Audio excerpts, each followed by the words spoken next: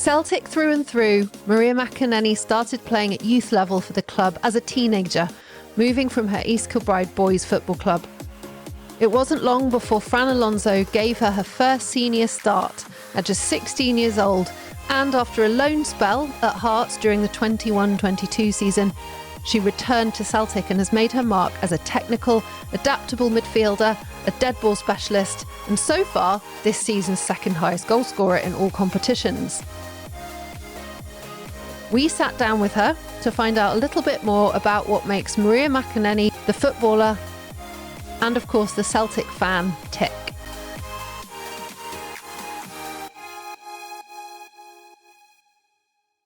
How's it been having the international break? You've obviously had a pretty wild start to the season, but now you've had that international break to kind of regroup as a squad and as a team. Yeah, I feel like sometimes international breaks always come at a good time. I think this camp, we never had as many players away as we normally have before, so there was quite a lot of us back with the Scotland under 23s. Never had a camp, so there were some of us that weren't obviously away with that.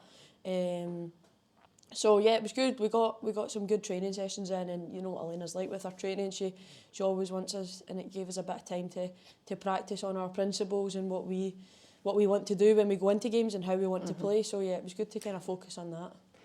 Is it good to have, like you said, there were fewer players away, so good to have more of a full squad to work on that going into this really important part of the season? Yeah, of course, and you know we now have a lot more time in our hands. Due to obvious reasons of not being in any of the cups anymore, unfortunately. But from what we have had as an average of 6 games a month to now, I think this month we're only at 2 games of competitive games a month, which is just crazy. It's I think everyone's kind of like a bit like disorientated in that way because it's just we've not had that.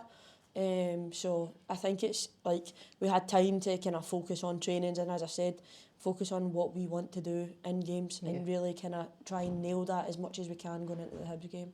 Yeah, how different just on that has this season been compared to previous seasons? You spoke there about the intensity of the fixtures. We've noticed it as fans. Obviously, the numbers speak for themselves, but obviously you've been a player with the squad for a while, and how different has this season been? It's something that I have never experienced before. I think this is still my 3rd full season at Celtic, in my 3rd one, and I think due to like qualifying for the group stages and like I remember at one point all of us when the fixtures got released, it was like we had Rangers at the weekend, it was Chelsea, and then it was Glasgow City, and then it was Chelsea again, and you need to then account our travel and stuff in that, and again, that's top teams and top games, and everyone is expected to perform is to the top standards. So, yeah, it's been crazy, but again, I think all the girls have loved it. It's been some experience for us all, and it's something that, again, if you ask me now, I would want to do it again next season, even though there's so many games, you love it. You just come in and you know you're training and you know you're playing a top team. And it's just games, and that's why you're a footballer. You want to play games. So, I personally loved it. I loved having all the games. It was tough, obviously, on everyone. But like to having now 2 games is I would rather have 4 or 5 games. Okay, yeah, that's interesting. We'll come back to the Champions League kind of stuff, but obviously to get there. To the stage that you did initially, you had to win the league, and I just want to go back in time a little bit and ask about your experience of being part of that team that, you know, that moment that, you know, Amy's goal goes in and when we still talk about it with the girls, it's just like you crave that feeling again so much, and I crave to be in that position of not before it. That other 88 minutes was horrific. I don't actually think that. Again, no one talks about we never played our best at all that game. But again, no one even mentions that now. We won that game with Jeezy's goal, and I just think it's honestly one of the best feelings I've ever had in my life. Like, I was crying before we even scored because I thought we blew it, and I was like, not again, I can't do this again. And I think every single girl in that squad who received it who's had that experience the year before was thinking the same, but the feeling of when Amy scored, it was just like, wow, like we deserved that. We worked our socksies off for it, and all the girls just, they kept fighting to the last minute, and we got our rewards, and to do it here in front of the fans and seeing like my family, and it was honestly one of the best feelings. And like, you hear stories of, I remember when we scored, and as soon as after the game, my mum and dad, they're all crying, and it was apparently when we scored, mine and Kelly's dad from the main stand ran the length to that silver beam, smashed the wall a few times, and the two of them ran all the way back, just pure no control over their emotions. And that's something that I want to experience over and over again playing here. And as I said, like, I don't think anyone will ever, you just can't, you can't explain it. You can't explain the feeling of how we all felt. It was just, it was unreal.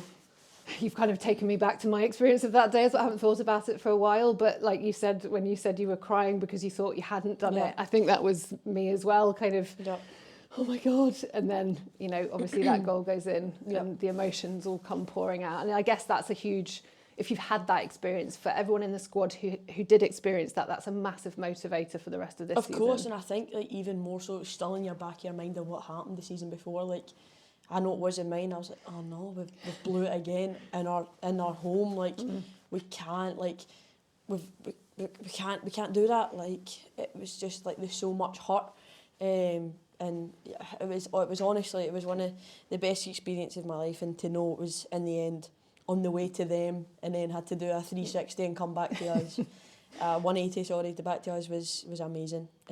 So yeah.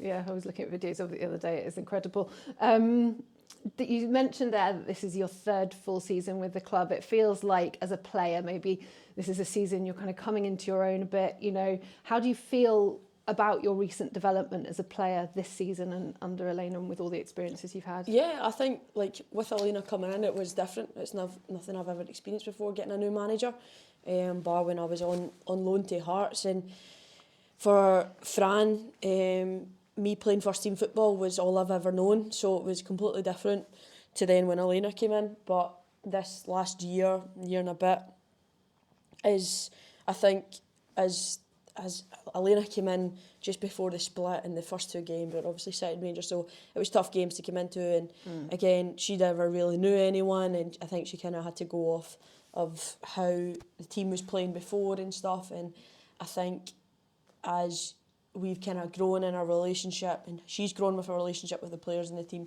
she's kind of seen everyone now properly. And I think every session that Elena's been in, you can see that we're all improving, we're all better players. And I think that's something that I'm really happy with, as I feel so much more developed as a player. And that's down to her as well, and it's also down to Fran, don't get me wrong. He gave me the chance to even play for this club professionally, and that's something I'm always going to be grateful for.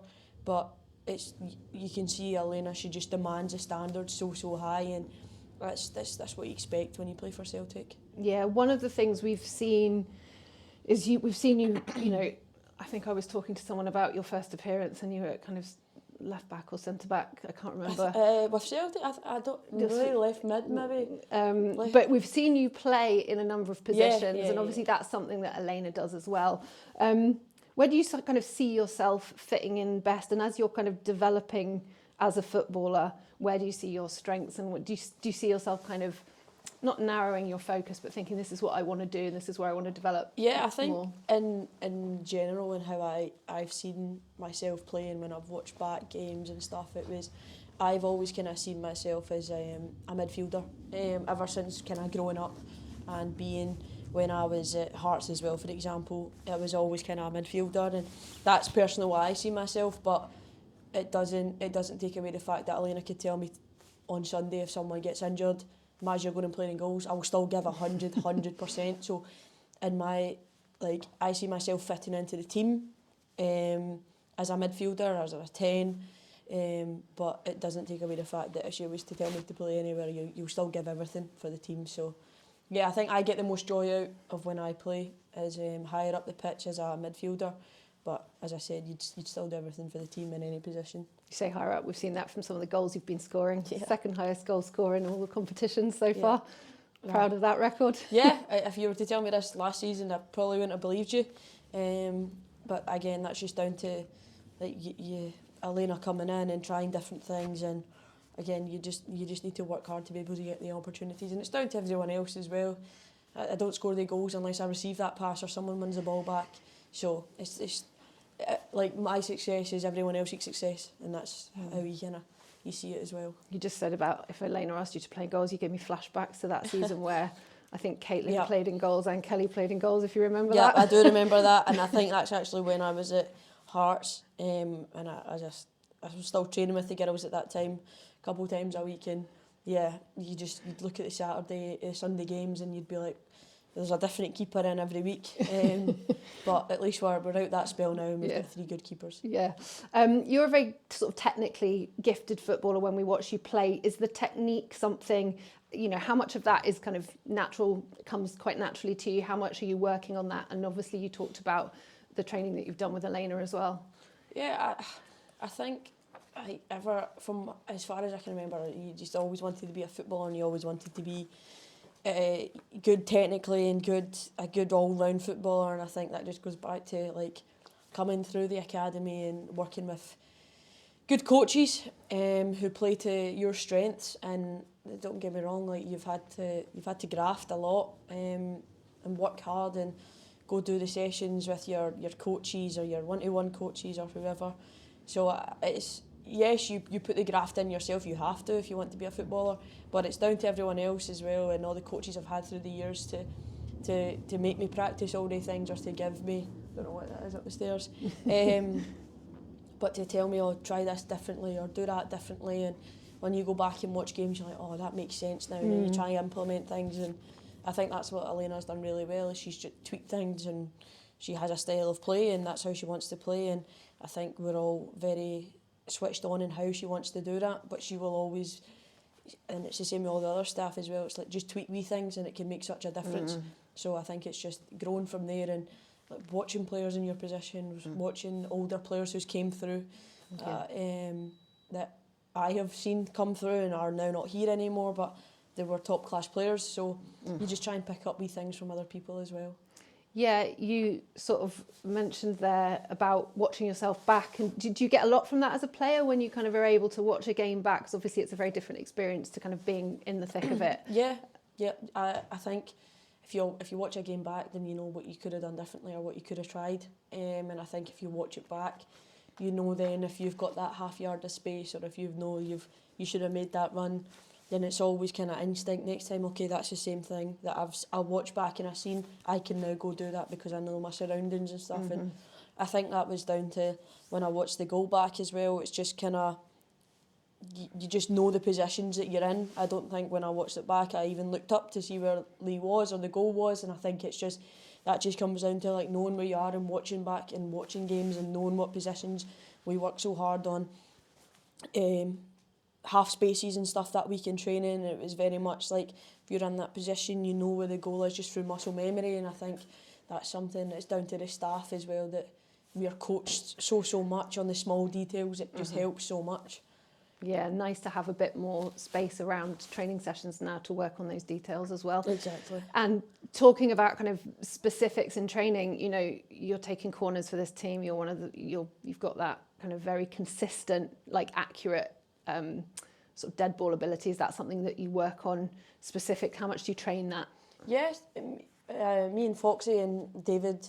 Foxy's now our set play coach and David was previously, and I think again through the academy I was always one of the set play takers, and through Scotland 3 years as well, and I think it's just, if you know you're trusted with that role, you still, doesn't mean that you're just handed it every time, you still need to practice on it. And I think if it's just hitting 5 free kicks at the end of training, or hitting 5 corners, or hitting a few penalties, it's just doing that, and the more you practice the more you get better, and again then it just becomes natural to you, and you know how to hit the ball, you know how many steps you take back, just things like that. Get used to the pressure of those moments as well. Yeah, in games. Yeah, exactly, because you can see how much now the the league's even tighter, and I think it's so good, but there's so much pressure that comes with that as well. So they sometimes can be the key moments. Just kind of going back a little bit, you're one of the younger members of the squad, but you've also been around, like you said, for quite a while now. We're kind of really used to seeing you in this team. Can you just sort of tell us, you mentioned there about Fran giving you a chance in the senior team, but, you know, getting involved in the club so young, I think it was it 2018 you were with the under-15s? Yep, so I remember when I was younger, so much younger, maybe about 9, I started training with Celtic. I must have been under 13s at that time, and my little brother was just born, and my dad, I've got 2 other younger siblings, so everyone was, as you can imagine, so much younger, and my dad's a fireman, so he worked night shifts, and he couldn't then take me to training at times, and it was a lot at that time trying to do the travel and still play boys football. And I remember David phoned my dad, or my dad phoned David just to say, like, we're not going to be able to do this right now, and David was very much like, that's okay, she there's a place for her here, just you say the word and that's it. And it was when after I'd finished boys football anymore, it was time to move on, and David phoned my dad, and that was it. But it was always a dream to also play for Celtic, but to know that how long I've known David now is just too long. But yeah, we've had such a good relationship growing up, and again, Celtic wouldn't be the same without him. So I think it's just that coming through the academy and that there's so many steps you've been through. Being at under 15s, under 19s, to then there was like an under 20s kind of development team. Then that gets scrapped, and then it was under 19s, first team. So yeah, they've seen it all, and they've. I wouldn't be here without them as well. You mentioned the boys team there. That was where you started playing football. Yeah. Can you just tell us, obviously, as a really little kid, how football became something that you got into? Yeah. So my dad played kind of semi-professional, and he played football when he was younger, and I can't really not remember not having a ball at my feet, if I'm honest. I think my first Christmas I got a Celtic ball that's actually up in my room right now, and it's just like ever since I can remember there was just a ball at my feet, and my dad used to take my live across my football pitch, and it was just constantly just hit the ball, dribbling. Just they used to go over the amount of lights and ornaments that have been broken in my house, and me and my dad doing headers, and my mum used to kill us. And the back garden plants, all that being wrecked. But it's just, I just loved football, and you just wanted to play it all the time. And I think that's down to my family and down to my dad, that it was just drilled into you all the time, like you need to work hard, and I enjoyed it. I loved football, and it was just you wanted to be a footballer. You wanted to, but it wasn't really. I don't remember ever looking up and seeing any female footballers when I was younger, being like, oh, I want to be like them. But it's so much more now because you have that. Yeah, I was going to ask you about the kind of, obviously, you know, maybe because you'd always had a ball at your feet and you were playing at a certain level even from a very young age, was that why you ended up playing in a boys team? And then, you know, you're only 20 now and you're still from a generation that maybe didn't have as much in terms of the influence of women playing football around you. Yeah, exactly. Like my boys team was a local team that my dad took with one of his friends. So it was me and my friend. And our dads took the team, and that was that up until I was 14. I played in the same boys team, and it was just like you do fun forwards, 7s, 11s, whatever, 9s or whatever it is now. But again, it was just that you're going through the steps, but you're always playing football. You're always like, I remember going to Celtic games and coming here as a kid, and you're like, oh, I want to do that one day. You want to play here one day. And as I've said, I can't not remember not having a ball or not playing football. There was nothing else I wanted to do in life. It was just football. Yeah, it's interesting that you say that, because I did have a question about kind of when you sort of believed that, oh, I could maybe actually do this as a job, or like how far you thought you could take it before, I don't know, real life might hit. And then, you know, obviously now you're playing professional football, you're playing at Celtic, sort of living the dream. Yeah, I think it was like maybe after COVID, when we had a big breakout, and I remember in COVID I went like, this is it kind of clicked maybe a few weeks in, like this is an opportunity where you can go and really push yourself and get into a routine, and I think a lot of people struggled with that, and I got into this routine in COVID where we just get up and I'd go a cycle in the morning, and then I'd come back and get my breakfast and go training, and like getting into that routine. And then after COVID kind of started to come out, that's when I got asked to train with the first team, and I was like, wow, okay. Then I was asked back again and again, and it was just like, okay, like if I'm getting this opportunity right now, then who's not to say I can go far? And it was you're in that position. You're like, I always said to myself that I was lucky enough to be in a position that sometimes the girls weren't in when they were my age, because that wasn't a thing to have girls football back then, or be a professional footballer. And then when I get offered the apprentice contract, that was a no-brainer. I'd done school and I'd done my hires, and it was like, well, I can go get paid to play football right now, and all my friends are still in school. Like, it's a no-brainer. It was a no-brainer, and again, it was lucky to Fran, and I need to thank all of them for that as well. Yeah, it's interesting to hear you say that it was that COVID period, which was so difficult for so many people, that kind of almost gave you that opportunity to go, right, it's sort of my now or never moment to get stuck into training, and then that's what spurred you on. Exactly, because COVID was tough for everyone, and it was just, but it kind of just clicked in my head. It was like, okay, this is an opportunity, like. And again, COVID was amazing with the sun everywhere. Like it was like a full summer starting from March when it happened, and again to get up every morning and it was sunny outside, and you get up and do your training and that, and you'd feel good. Did you have people around you at that time helping you or training with you? No, I always actually have that argument with my dad. I just want to train alone. Like I don't know why. It's always been a thing that I just want to train alone. But it was just, you'd go out and again, I would just run the length of grass pitches, and there's a big hill, and I would do my house. I remember sending it to Liam, my old kit man, he was actually one of the coaches at that time. And there's so many things I look back at now, and it's like, if I'd never done that, I don't know if I'd be in the position where I am now, because you just need to work hard. Yeah. And then Fran obviously gave you that opportunity. You made your debut against Hearts, I think it was, in April 2021, and then you ended up going on loan to Hearts for that period. And I think that's maybe, as fans, when people started taking notice of you had that period, and then you won Young Player of the Year at Hearts and kind of came back. I think I remember you coming back for the camp in Gran Canaria. How important was that loan spell at Hearts for you? If any young player or a player a few years younger than me would say, what do? I would tell them, just go out and play for a year. Go out somewhere and play football, 90 minutes every week, same level, play against people who are the top players in the country every week. It was the best thing I ever done, and Eva was a brilliant coach, and I still have so much respect for her, and I'll still message her now and again because we built a brilliant relationship. And I think, as I said, Hearts was one of the best things that I have done as a player. And I would say to anyone, go out and play for a year, and you'll come back a different player.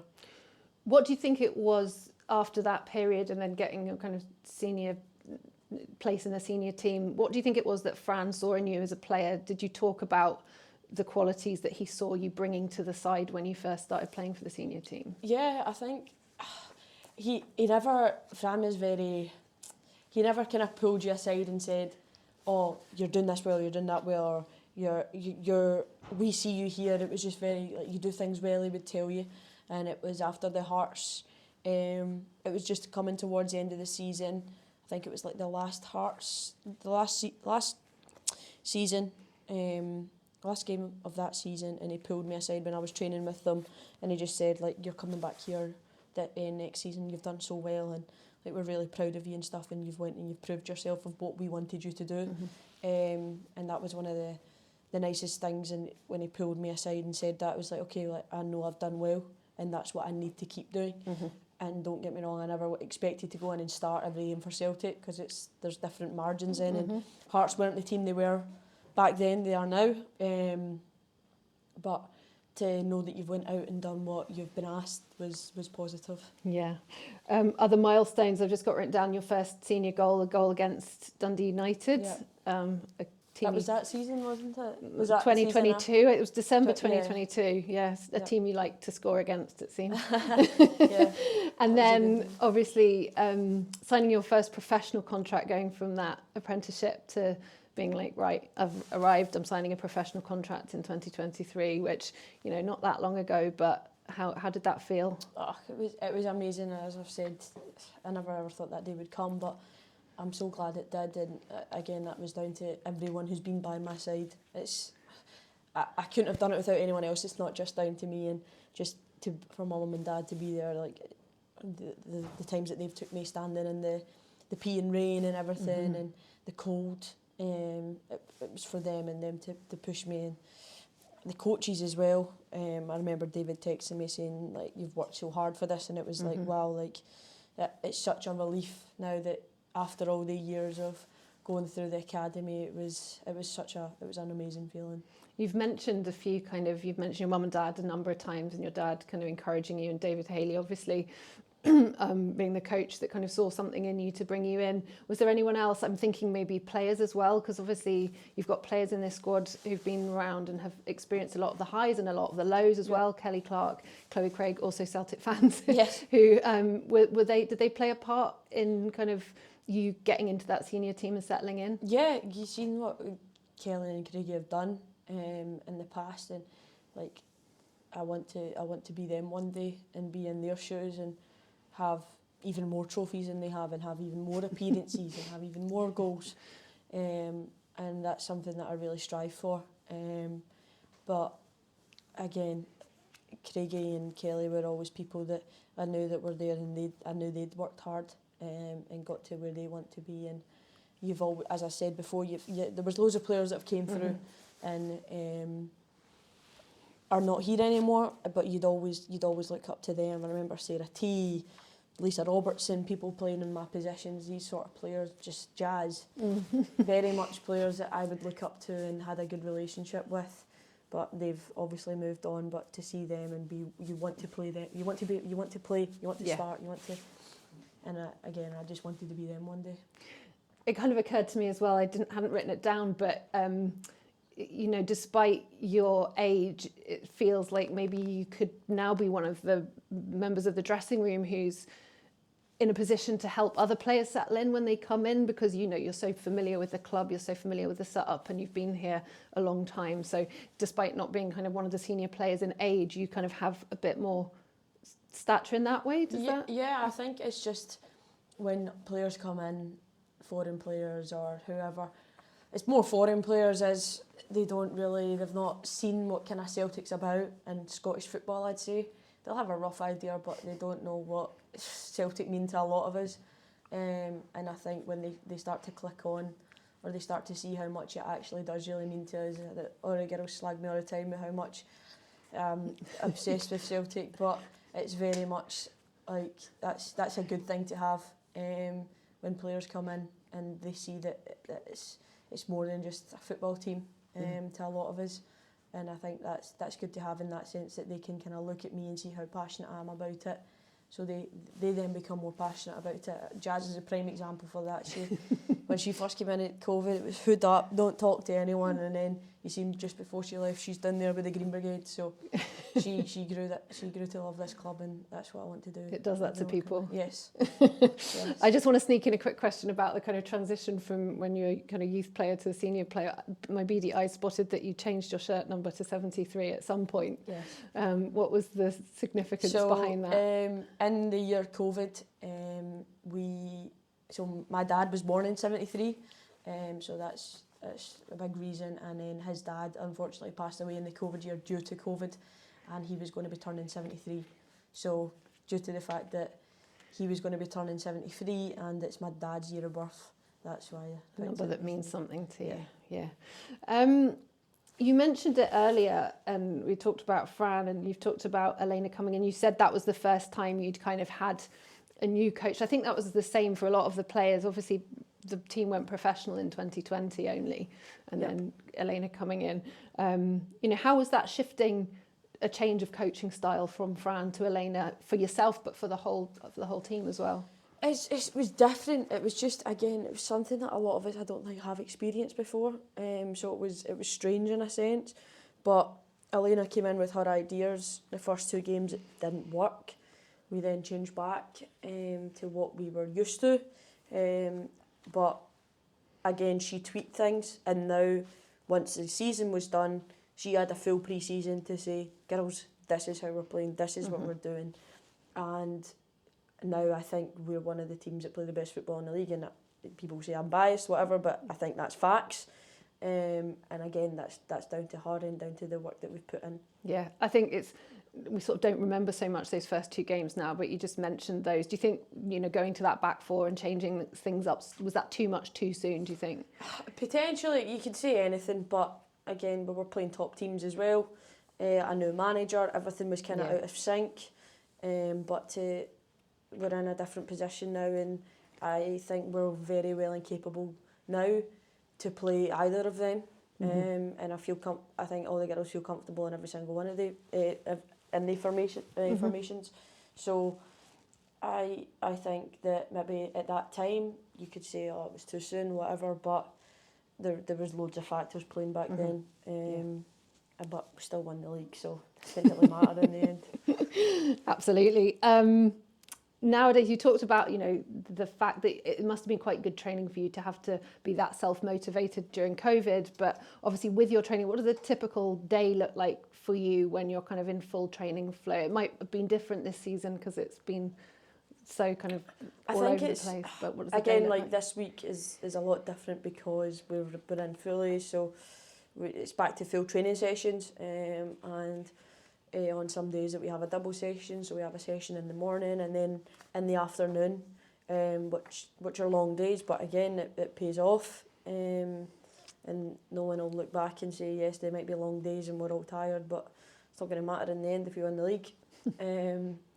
So I think now it's just like full focus on training and giving 100% in training, because again, if we do that, we've not got as many games. We've technically got it's not that it's a good thing because you want to be in the cups, but we've kind of got an upper hand now on the other teams in the league being out the cup. We have more time to focus on us, while as before we didn't have that. Champions League, they had that on us. So I think now is a good opportunity that we can be in a position and really focus on us, and again, really get the fine details. Yeah, and do you think as a professional footballer, you've been a professional footballer for a while now, and at Celtic, have you seen the kind of support that you've had for around things like nutrition, sports science, kind of change in that period? Yeah, I think we've always had good staff in, and there's a lot of things that have been tweaked since then. Again, COVID, we were training at Celtic Park. We didn't have our food. We didn't have anything like that. But now we're in here, we have breakfast, we have lunch together, we have the facilities to go down and train, and now we're Barrafield being built, we have a base, we can, if we've got a day off, we can go down there whenever we want, if we want to practice, whatever. We've got a gym for us, we don't need to worry about if the men are here, we're not here, etc, etc. So I think now with Barrafield being built, it's reached its, I don't want to say peak, but it's the best it's ever been that now we have our own facility. Yeah. You've obviously mentioned it, but your Celtic fandom, I can't not ask you about that. And you said before you kind of can't remember not kicking a ball, not being at Celtic Park. Do you have like a first memory of being here, or a first game, or a kind of? I think one of the best memories I have here is, and one of the ones that will stay with me forever was, we won the league here, and we bet them 5-1 to win the league, 5-0, sorry, to win the league. And me and my dad were sitting up there, and it was again, they were in the stadium, and it was Can you remember how old you were? I think, again, I wasn't allowed to Rangers games until a certain age. I must have been maybe 13, 14, and it was one of the best days of my life, There was just a big party, and to beat them here, win the league, doesn't get much better than that. I must say, it does not get much better than that. So I think that's one of the best memories I have here, and again, knowing how much my family love Celtic and just having that. Yeah. Just again, that experience. It's just, again, I couldn't imagine life without Celtic. You can see it like when you score your first goal and you run straight to the stand and you're pointing, and I assume you're pointing at a member of your family. Yeah, it was my dad. Again, I wouldn't have.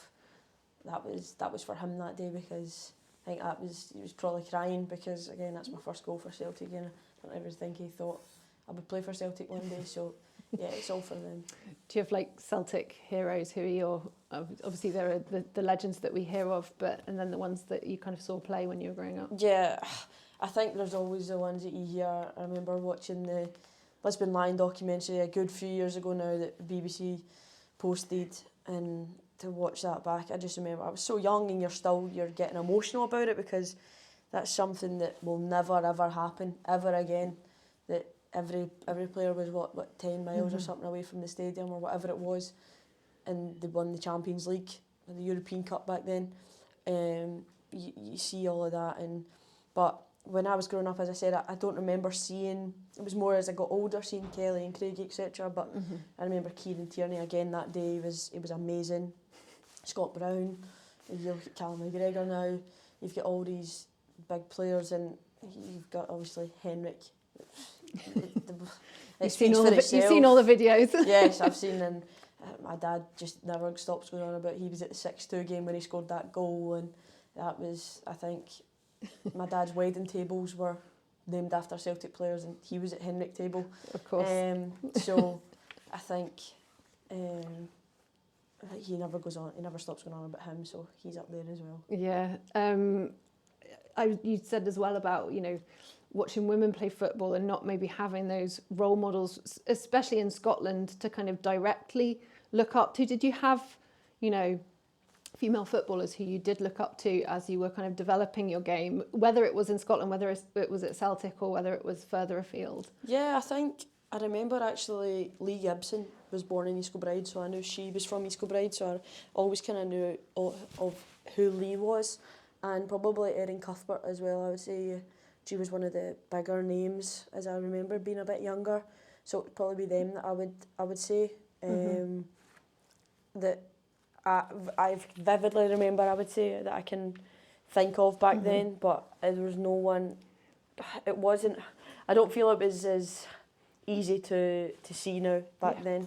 There wasn't as much footage and all that stuff. We forget how much we're able to see now compared to even 5-10 years ago. Exactly. Yeah. And as I said, and I'm only 20 as well, so I'm not even old. But again, female football is so much more accessible now to what it is back then. I want to ask you about the Champions League, but just while we're on those kind of inspirational figures, are there figures now in the modern game that you look at and you think, oh, that's the way that I want to play, that's the way that I want to kind of like follow in their footsteps? I think you've got some. Obviously, you look at the ones at Celtic, like Callum McGregor again. I want to be a him one day, and I think. Then you look at the top class players who are at Man City, etc. nowadays. Rodri, all these Kevin De Bruyne, these midfielders who just absolutely run the show. And they make it look so easy. And again, if you can master everything and become one of them, then I think you'll be doing something right. How was it playing against some of the best in the world in Champions League?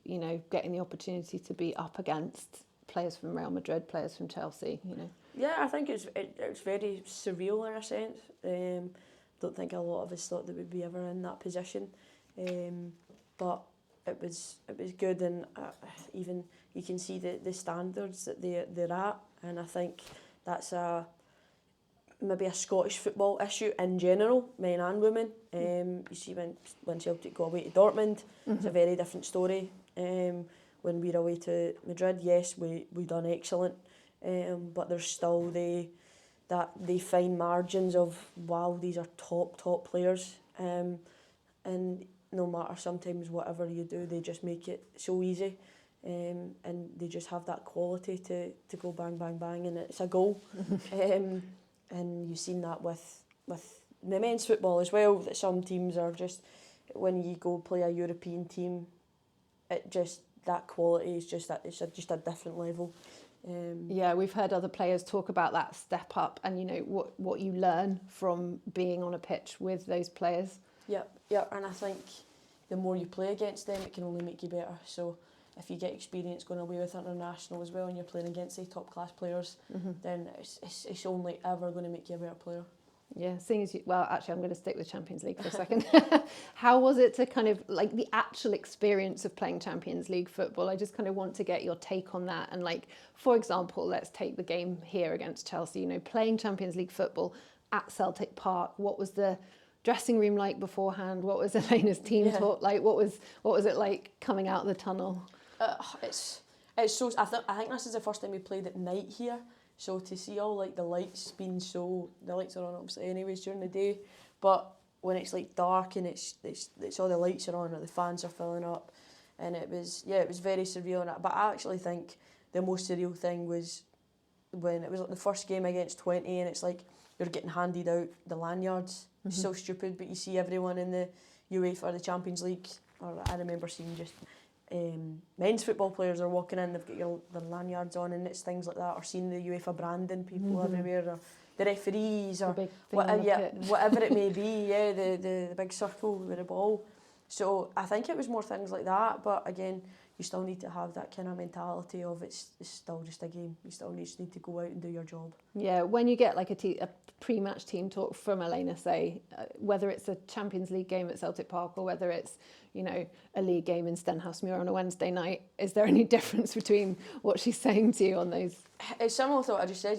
We still have a job to do to the best of our ability, and to give everything that we can. And I think that's just the aim. No matter who you're playing, there is a job and you have roles and you have to stick to the roles.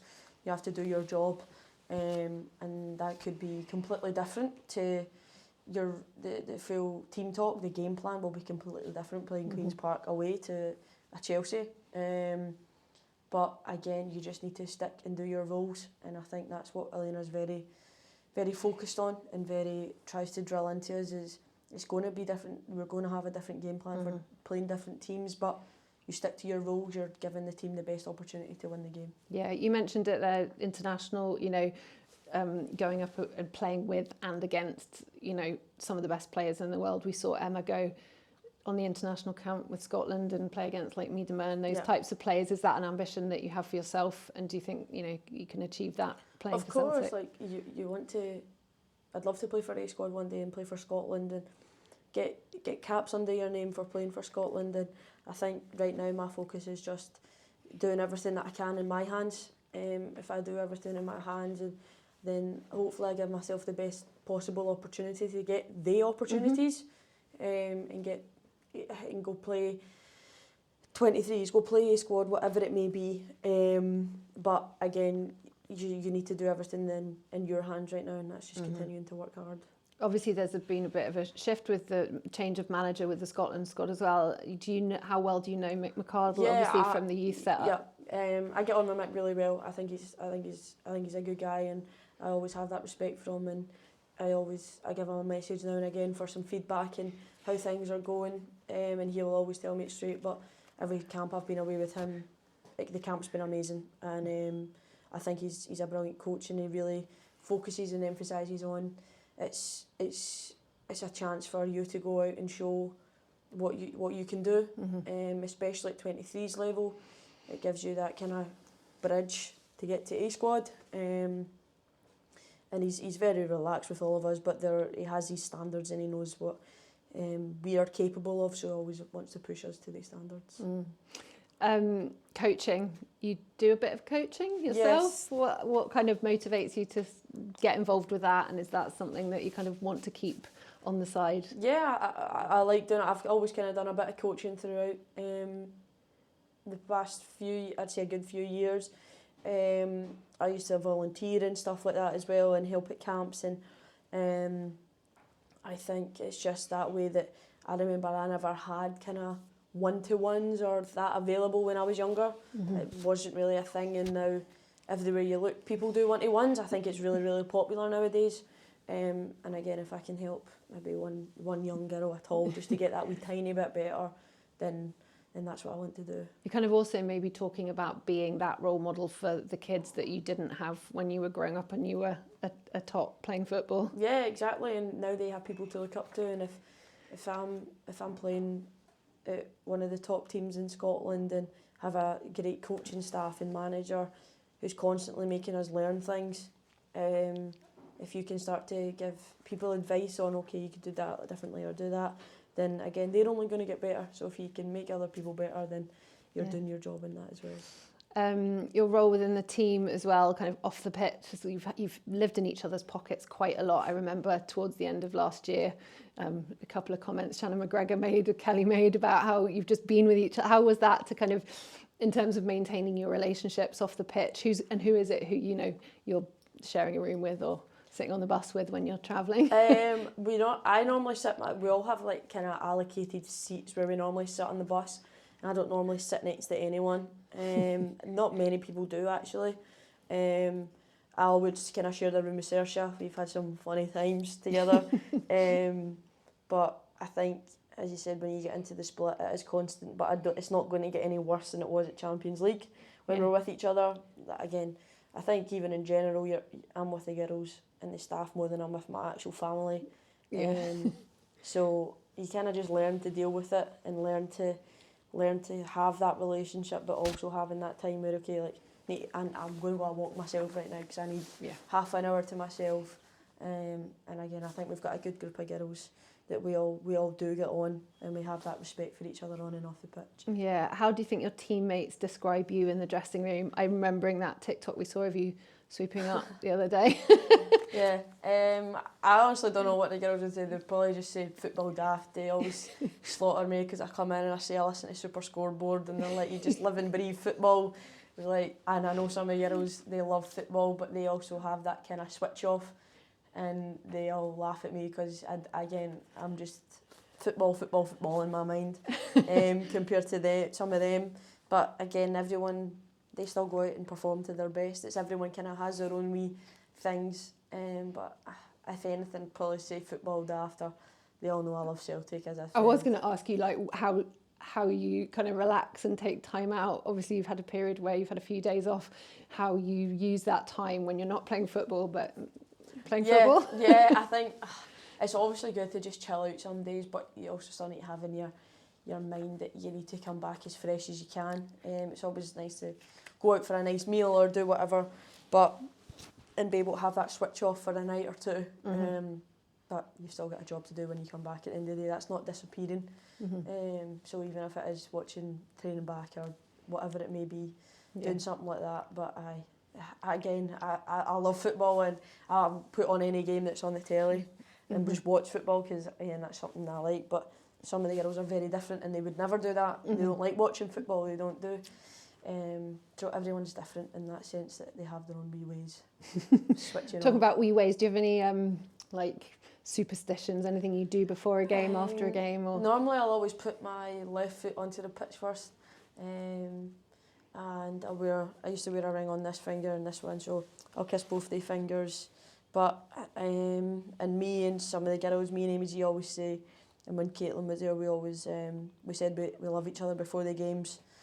And you just have, me and Shannon always hug before a game, just things like that. You have the wee things that you've built up with some of my probably closest friends on the teams that you do. Yeah, you mentioned Caitlyn there. Obviously, she was a really integral player to this side and recently departed. Has her absence been, obviously she's been missed?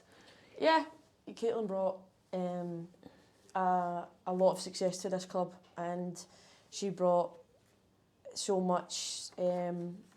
She brought love to the team, and she made young girls love the game and come and watch us. As you've seen, there was loads of young girls with their pink pre-wrap on. I think Caitlyn had an opportunity that she needed to take.